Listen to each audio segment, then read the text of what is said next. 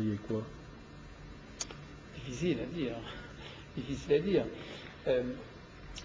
S'il y a eu une certaine lenteur dans tout cela, c'est parce que précisément, contrairement à ce qui peut se passer dans une collectivité unique, à l'État ou à la région, où il y a où à l'État il y a une voix qui s'exprime fortement et puis ensuite les autres suivent.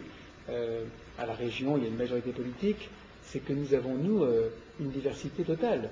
Et la discussion a été animée, elle a été riche, on a appris à se connaître aussi, hein, et nous constituons aujourd'hui, je crois, une équipe solide, avec chacun des convictions qui ne sont pas les mêmes, mais en tout cas, cette conviction sur l'avenir commun de la zone dense, ça, je crois que nous la partageons.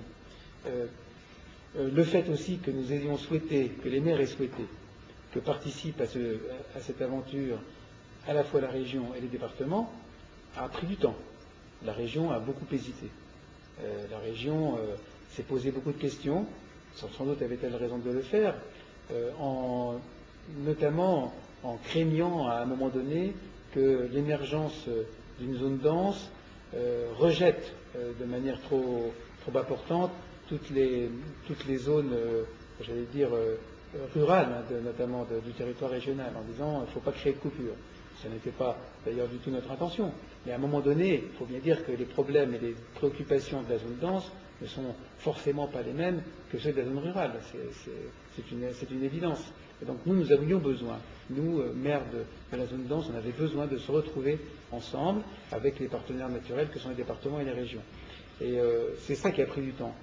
Maintenant, nous allons nous retrouver avec une structure dans laquelle chaque collectivité a une voix. Il y aura un comité syndical. Il faut espérer que le plus grand nombre de décisions possibles seront prises évidemment avec le plus large consensus. Mais il y aura forcément des votes à un moment donné s'il y a difficulté, même y compris pour choisir quel type d'études et à qui on va les commander. Donc je pense que d'une certaine manière, ça peut aller peut-être un petit peu plus vite maintenant que la structure juridique a été créée et qu'on ne travaille pas comme ça sous forme simplement, même pas associative, sous forme de rencontres. Voilà. Ce qui est très important dans le syndicat mixte, c'est quand même que les conseillers municipaux se sont prononcés. Les conseils municipaux sont prononcés. Donc il y a une forme de validation démocratique au niveau des conseils municipaux qui n'est quand même pas négligeable.